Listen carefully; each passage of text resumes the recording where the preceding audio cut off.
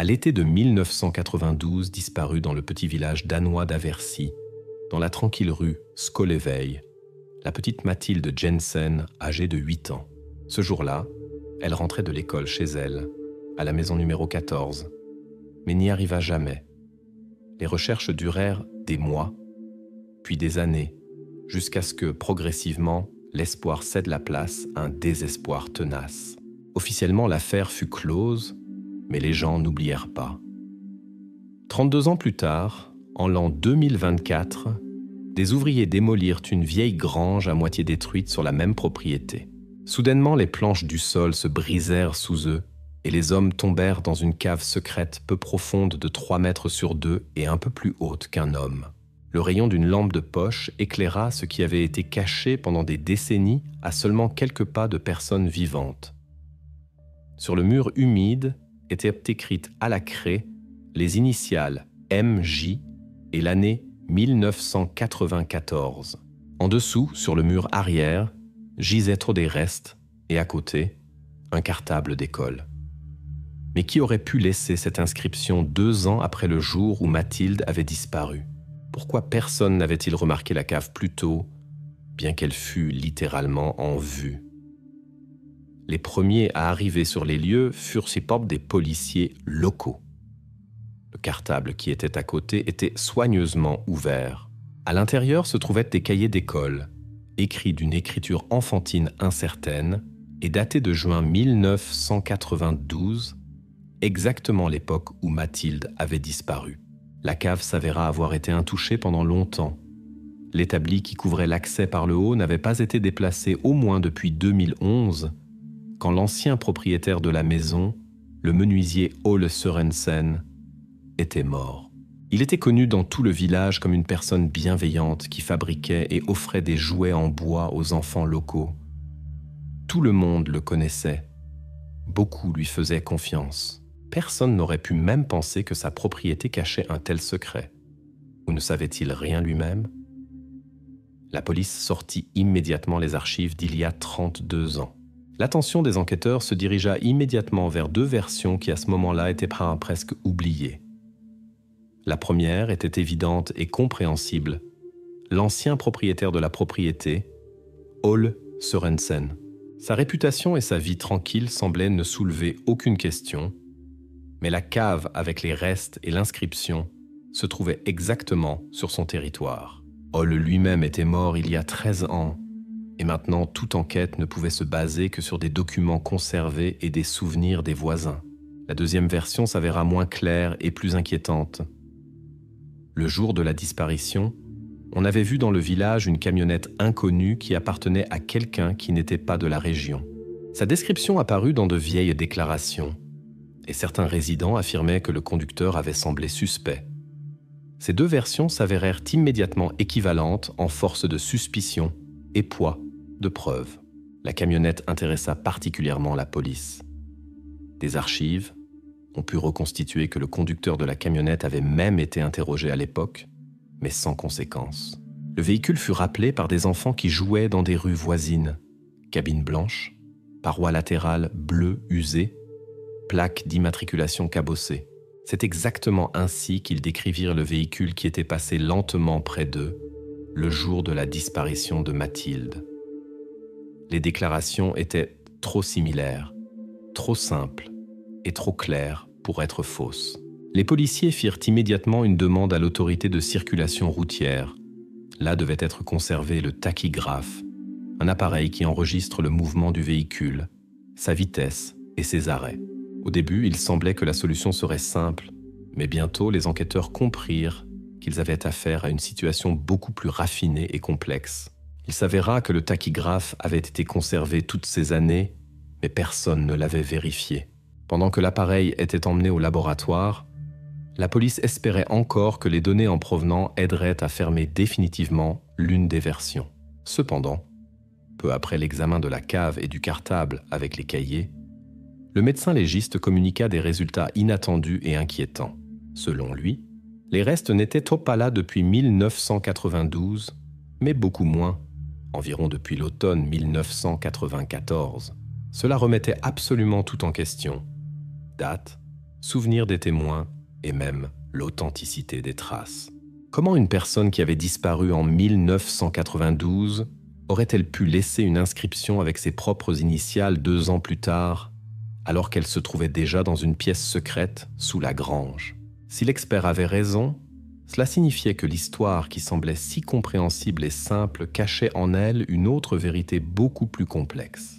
Les archives policières s'avérèrent être non seulement de vieux papiers, elles contenaient des réponses auxquelles personne n'avait prêté attention auparavant.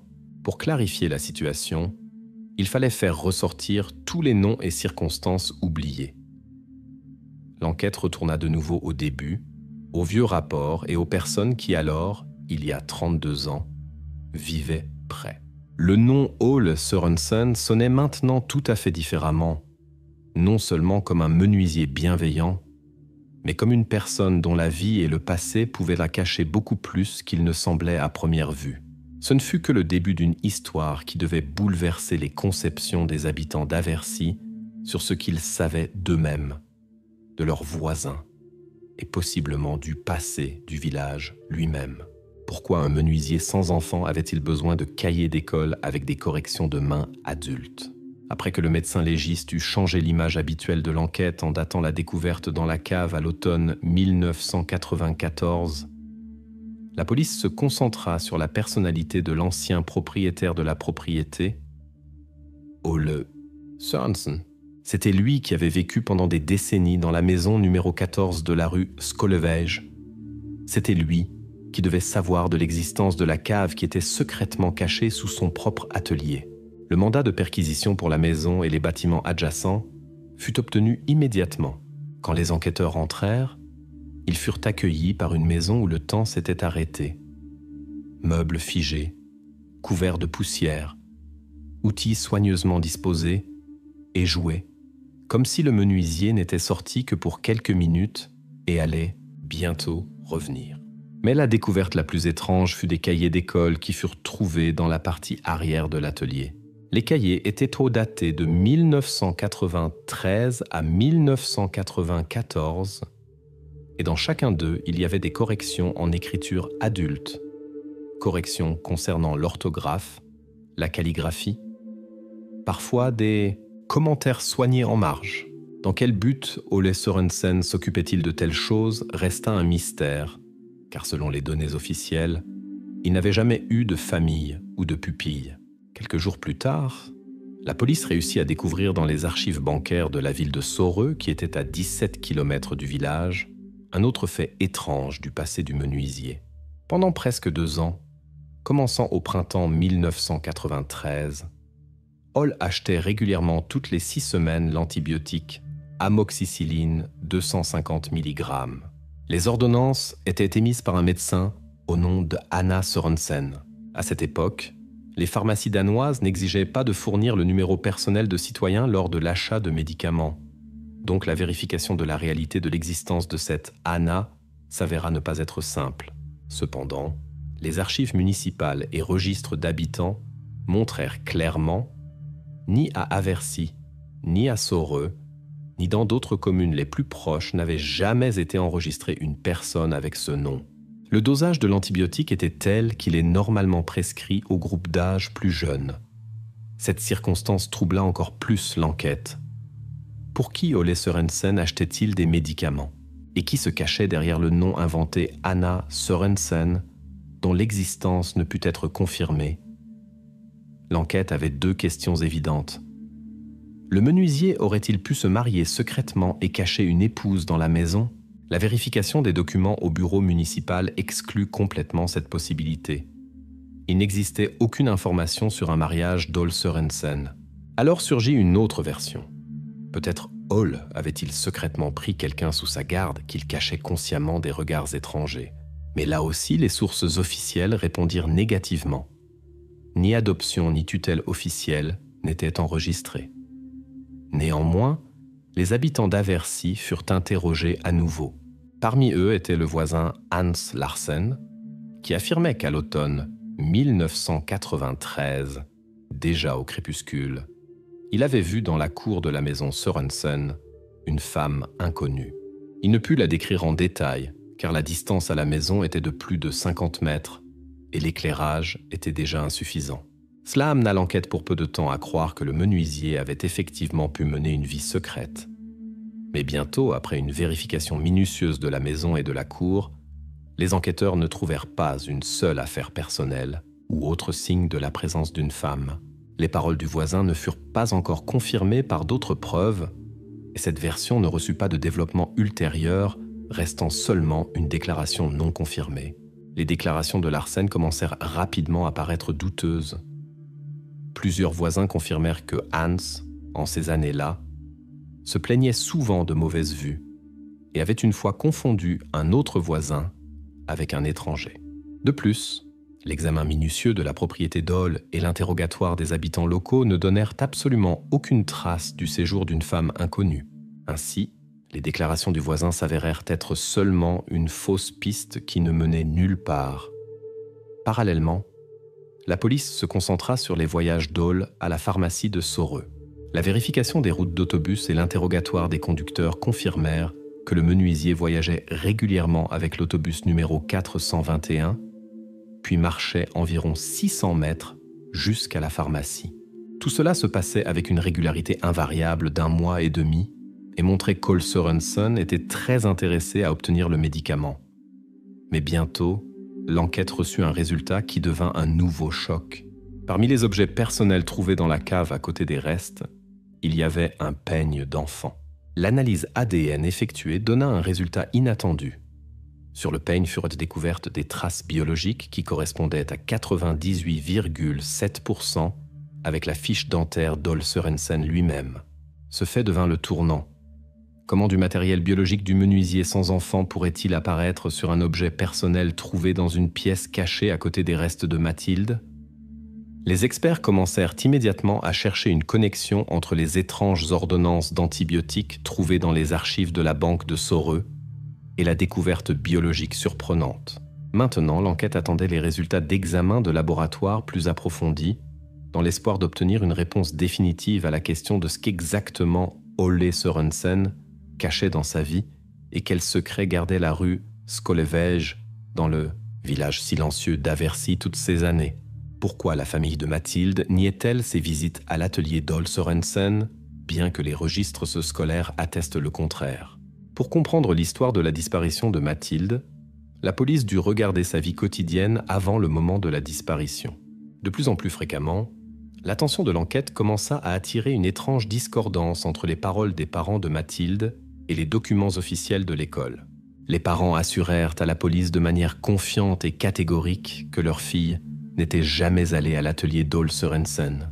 Dans une interview enregistrée en juin 1992, la mère de Mathilde insista fermement. Sa fille avait eu peur des machines et avait même évité l'atelier de l'école. Mais les registres dans le journal des cours de travaux manuels, découverts par l'enquête, attestaient le contraire.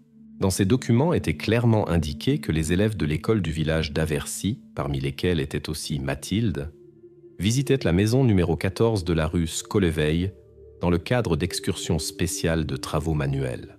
Les visites n'étaient pas individuelles, elles se répétaient avec une périodicité d'1 fois par mois. Le professeur de travaux manuels, Erik Mortensen, confirma cette information et expliqua à l'enquête de manière calme et sûre qu'Ole Sørensen montrait volontiers son atelier aux enfants, enseignait les compétences de base dans le maniement du bois et maintenait toujours toutes les mesures de sécurité nécessaires. Ces faits soulevèrent de sérieuses questions sur la famille Jensen. Pourquoi les parents de Mathilde niaient-ils avec une telle persistance le contact évident de leur fille avec Ole Sørensen, malgré des preuves claires du contraire? Peut-être craignaient-ils quelque chose ou évitaient consciemment la révélation de certains détails du passé. Dans les protocoles de l'interrogatoire répété en juin 1992, la mère de Mathilde souligna encore une fois « Sa fille avait eu une peur panique des outils, du bruit et de la poussière, qui était une partie inévitable du travail du bois. » Mais l'enquête reçut immédiatement plusieurs réfutations. Les camarades de classe de Mathilde racontèrent avec confiance leurs visites à l'atelier et mentionnèrent même que Mathilde y avait été plusieurs fois avec eux. Cependant, les parents continuèrent à nier avec confiance les visites. ce qui mit l'enquête face à la nécessité de creuser plus profondément. Les enquêteurs s'adressèrent à nouveau au professeur d'école Erik Mortensen. Il confirma non seulement qu'il amenait régulièrement des élèves chez Sørensen, mais expliqua aussi que Mathilde, bien qu'elle ne fût pas la visiteuse la plus active, était présente à chaque visite. Mortensen était évidemment surpris par le caractère catégorique des parents, et la police commença à le regarder pour la première fois avec une certaine prudence. L'enquête ne pouvait ignorer que Mortensen avait toutes les conditions nécessaires pour être impliqué dans ce qui s'était passé. Il connaissait bien l'itinéraire de Mathilde, connaissait sa famille et avait les clés de l'atelier de l'école, ce qui lui donnait libre accès à tous les équipements. La police considéra que de telles conditions pourraient favoriser de possibles intentions cachées et ce soupçon nécessitait une vérification immédiate. Cependant, le professeur travailla ouvertement avec l'enquête, fournit calmement les documents nécessaires, journaux, registres de visite, et expliqua chacune de ses actions. Il n'était pas nerveux, n'évitait pas les questions, bien que l'attention de l'enquête aurait pu effrayer quiconque. Néanmoins, toutes les versions et suspicions devaient être vérifiées. Les enquêteurs commencèrent à examiner les actions quotidiennes de Mortensen le jour de la disparition de Mathilde, le 10 juin 1992. Une circonstance importante et décisive en sa faveur fut la facture téléphonique qui arriva à la police. Selon ces données, c'était Erik Mortensen qui, à 15 heures de ce jour-là, informa le poste de police local que Mathilde manquait sur son chemin habituel de l'école à la maison. Cet appel retentit bien avant que les parents inquiets eux-mêmes remarquent la disparition de leur fille et la signalent à la police. Ce fait confirma non seulement les paroles de Mortensen, mais enleva aussi une partie sérieuse des soupçons de lui. Après la vérification de cet appel téléphonique, les soupçons contre le professeur furent officiellement abandonnés et l'attention de l'enquête retourna au point de départ, l'itinéraire de Mathilde. Il devint évident que cette information n'était pas seulement connue du professeur et des parents, mais aussi de quelqu'un d'autre qui pourrait observer inaperçu la vie quotidienne de la famille et de leur fille. Maintenant, l'enquête faisait face à la tâche de comprendre pourquoi la famille Jensen niait obstinément les visites de Mathilde à la maison numéro 14 et à l'atelier de Sørensen. Les discordances dans les déclarations des parents indiquaient clairement qu'ils cachaient, soit intentionnellement quelque chose, soit avaient oublié des détails qui pourraient s'avérer extrêmement importants. Les soupçons envers Mortensen, le professeur qui montra une initiative opportune et signala la disparition de Mathilde, tombèrent complètement. En même temps, de nouveaux doutes surgirent dans l'affaire. Qui d'autre parmi les habitants du village d'Aversy pourrait connaître si bien l'itinéraire exact de Mathilde, ses habitudes et son emploi du temps quotidien pour utiliser cette information? Précisément, cette contradiction devint le tournant dans l'enquête et obligea l'enquête à retourner à nouveau aux habitants du village et à la maison numéro 14 de la rue Skolevej. La confirmation des visites régulières des élèves, y compris Mathilde, chez Ole Sørensen, obligea à reconsidérer les relations de la famille Jensen avec le menuisier, dont la vie maintenant ne semblait pas si simple et compréhensible que les voisins l'avaient cru pendant longtemps. Ainsi, les événements de juin 1992, bien avant la tragédie, contenaient déjà en eux ce secret dont la révélation des années plus tard troubla à nouveau la tranquillité du petit village danois. Qui exactement émettait les ordonnances au nom d'Anna Sørensen, si une telle femme n'avait jamais existé? Progressant davantage, l'enquête retourna à nouveau aux archives des registres pharmaceutiques de Sorø. Une attention particulière fut accordée aux ordonnances de l'antibiotique amoxicilline 250 mg qui furent émises régulièrement au nom d'Anna Sørensen dans les années 1993 à 1994. L'examen de la documentation montra que sous chacune de ces ordonnances se trouvait la signature du docteur Lotte Grønbæk, une médecin de famille connue à cette époque. L'interrogatoire de Grønbæk éclaira des détails longtemps oubliés. Le médecin se souvint qu'à l'automne de 1993, un homme s'était effectivement adressé à elle, se présentant comme père et amenant une fillette malade pour examen. Il expliqua que la fillette était très timide et ne voulait pas sortir de la voiture. Le docteur Grunbeck, qui voulait aider et ne vit rien d'inhabituel dans la demande, effectua l'examen directement sur la banquette arrière de la voiture. Selon la déclaration du médecin, la fillette avait des signes évidents d'une infection chronique des voies respiratoires. Grunbeck prescrivit un antibiotique et établit une ordonnance, enregistrant la patiente provisoirement comme Anna Sørensen, car l'homme accompagnateur promit de fournir plus tard les données nécessaires et le numéro CPR. L'enquête demanda au médecin la raison d'un examen si inhabituel en dehors de la clinique. Grunbeck expliqua que le père de l'enfant était convaincant et persistant. Il n'y avait rien de menaçant dans son comportement. Il dit que la fillette avait une peur panique des personnes étrangères et ne pouvait pas rester tranquille dans la clinique. Le médecin, mu par la compassion, décida de ne pas insister et effectua l'examen dans de telles conditions informelles. Grunbeck avoua que des années plus tard, elle-même pensait souvent à cette étrange visite et à cette patiente dont l'identité ne fut jamais confirmée par des documents. Mais en 1993, de telles pratiques informelles n'étaient pas considérées comme complètement inadmissibles au Danemark.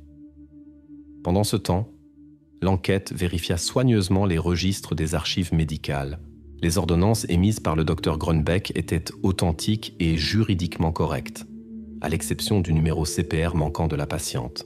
Cependant, cela ne violait pas juridiquement les normes de l'époque, et le médecin était bien connu comme une spécialiste consciencieuse et respectée. Les enquêteurs décidèrent par précaution de vérifier ses contacts et sa biographie pour exclure la probabilité de sa complicité. L'interrogatoire supplémentaire de Grunbeck et la vérification de ses contacts antérieurs ne révélèrent aucune connexion suspecte ou particularité dans le comportement. Le médecin jouissait d'une réputation irréprochable, était une spécialiste respectée, n'avait jamais eu de problème avec la loi auparavant. Néanmoins, la question de savoir si elle aurait pu agir en accord avec le père de l'enfant n'était pas encore définitivement résolue. La police décida provisoirement de garder cette version en réserve, car elle n'avait pas d'argument de poids contre le médecin, mais n'oubliait pas sa participation à la situation inhabituelle. L'étape suivante fut l'exclusion complète de la deuxième version qui préoccupait les enquêteurs depuis longtemps. Les experts purent finalement déchiffrer la bande mécanique du tachygraphe du camion qui avait été vu dans le village d'Aversi le jour de la disparition de Mathilde. L'analyse minutieuse montra un résultat sans équivoque. Le conducteur du transporteur se trouvait loin du Danemark, près de la ville allemande de Hanovre, à des centaines de kilomètres du lieu de la disparition. La fausse piste, qui semblait si prometteuse au début, s'effondra définitivement. Maintenant, la police comprenait clairement que l'affaire se réduisait à un seul nom, Ole Sørensen. La version du routier s'avéra n'être rien d'autre qu'une erreur de mémoire et une coïncidence. Au début, sa présence dans le village le 10 juin 1992 semblait plausible, car plusieurs habitants locaux se souvenaient du transporteur décrit par les enfants. Mais maintenant, il devint clair que le véhicule qui était resté dans la mémoire des habitants locaux n'avait aucun rapport avec la disparition de Mathilde. Cet épisode fut officiellement clos par la police, éliminant complètement le conducteur étranger de la liste des suspects. L'enquête revint au registre des ordonnances pour l'antibiotique. Le docteur Grunbeck non seulement confirma l'examen de l'enfant à l'automne de 1993, mais donna aussi à la police des informations supplémentaires qui convainquirent les enquêteurs de la véracité de ses paroles. Elle décrivit la marque et la couleur de la voiture. Elle correspondait à la voiture enregistrée au nom d'Ole Sørensen. En même temps, la police effectua une vérification des voisins de Sørensen pour confirmer ou réfuter les données du médecin. Cependant, aucun des interrogés ne se souvenait de l'étrange visite chez le médecin et d'aucun signe de la présence d'un petit patient chez le menuisier. Étant donné que la version du routier était maintenant définitivement exclue, toute l'attention de l'enquête se concentra sur la personnalité d'Ole Sørensen et son rôle dans les événements. Le menuisier, connu dans tout le village comme une personne silencieuse et bienveillante, devint maintenant le principal et unique suspect. Le fait qu'il ait eu une fillette malade qui se cachait sous le nom d'Anna Sørensen ne laissa pas d'autre choix à l'enquête. Il ne restait maintenant qu'à comprendre pourquoi Mathilde n'arriva dans la cave qu'en 1994, 2 ans après le jour où elle fut recherchée pour la première fois. L'enquête approchait du point où les réponses aux anciennes questions soulevaient de nouvelles énigmes qui nécessitaient une analyse soigneuse supplémentaire de tous les détails du passé d'Ole Sørensen et du secret qu'il aurait pu garder pendant plus de 30 ans. 32 ans plus tard, le mystère de la disparition de Mathilde fut finalement élucidé. Selon les données de l'enquête NESC, le 10 juin 1992, Ole Sørensen proposa à Mathilde de venir dans son atelier pour voir un nouveau tour. Elle fit confiance au voisin qui semblait toujours inoffensif. Mais ce jour-là, le chemin vers la maison se termina dans le Jordkelder, une pièce souterraine humide soigneusement cachée sous l'atelier. Personne ne soupçonnait même son existence. Les 2 années suivantes, Mathilde les passa exactement là. Sørensen lui apprit à lire et à écrire et tentait de maintenir une apparence de normalité. Comme preuve de cela, l'enquête présenta les cahiers d'école trouvés précédemment dans l'atelier. Les corrections systématiques et les notes d'un adulte, faites de la main d'Ole, confirmèrent qu'il tentait d'enseigner à Mathilde de manière indépendante. En même temps, Mathilde souffrait d'attaques fréquentes de pneumonie. À cause de l'humidité constante et du froid de la cave, sa santé se détériorait progressivement. Pour assurer le traitement et garder secrète son existence, Ole Sørensen s'adressa au médecin local, le docteur Lotte Grønbæk, en utilisant une identité inventée, Anna Sørensen, soi-disant son épouse. Ainsi, il réussit à obtenir régulièrement des antibiotiques sans question superflue. Le docteur Grønbæk confirma ces faits complètement et ajouta que la patiente semblait maladive et émaciée, mais ne lui parlait pas. Le médecin fut officiellement reconnu par l'enquête comme une personne qui avait agi par erreur et de bonne foi. Sa complicité fut complètement exclue. Les derniers doutes disparurent après l'analyse approfondie des preuves. Les experts médico-légaux confirmèrent que le matériel biologique d'Ole Sørensen, découvert sur le peigne et la couverture dans le Jordkelder, le reliait sans équivoque à ce qui s'était passé dans la cave. De plus, les empreintes digitales de Mathilde furent trouvées sur une pièce de bois datée de 1993. Cette preuve indiquait qu'elle vivait et l'aidait dans l'atelier, déjà après sa disparition officielle. Parmi les affaires d'Ole furent trouvés des reçus de caisse d'un magasin de vêtements pour enfants. La taille des vêtements sur les reçus correspondait complètement à la taille supposée de Mathilde à cette époque. Fut aussi découvert le journal personnel d'Ole Sørensen, qui ferma définitivement toutes les questions. Une entrée de juillet 1994 témoignait laconiquement de l'état grave de Mathilde. Hun Oster Igen. Elle tousse encore. La tâche la plus difficile fut la reconstruction des dernières 48 heures de la vie de Mathilde. Les experts modélisèrent les conditions dans lesquelles elle se trouvait. La température ne montait pas au-dessus de 7 degrés Celsius. L'humidité était d'environ 90%. Dans de telles conditions, l'organisme affaibli n'avait aucune chance de récupération. À l'automne de 1994, la région fut frappée par un cyclone humide persistant qui provoqua une pneumonie sévère. Selon l'expertise, Mathilde Jensen mourut le 2 novembre 1994, sans attendre le secours. À cette époque, littéralement à 200 mètres de la maison de Sørensen, en octobre 1994 eut lieu une recherche de volontaires. Ils examinèrent soigneusement les zones les plus proches, mais n'entendirent pas de bruit ou de cri d'aide. Dans le Jordkelder, il était impossible d'entendre les voix de l'extérieur, et la voix d'une personne affaiblie ne pouvait pas surmonter la couche de terre et les planches avec lesquelles l'entrée était fermée. Ce détail tragique souligna à quel point la possibilité de découvrir Mathilde était proche, et en même temps, à quel point elle était lointaine.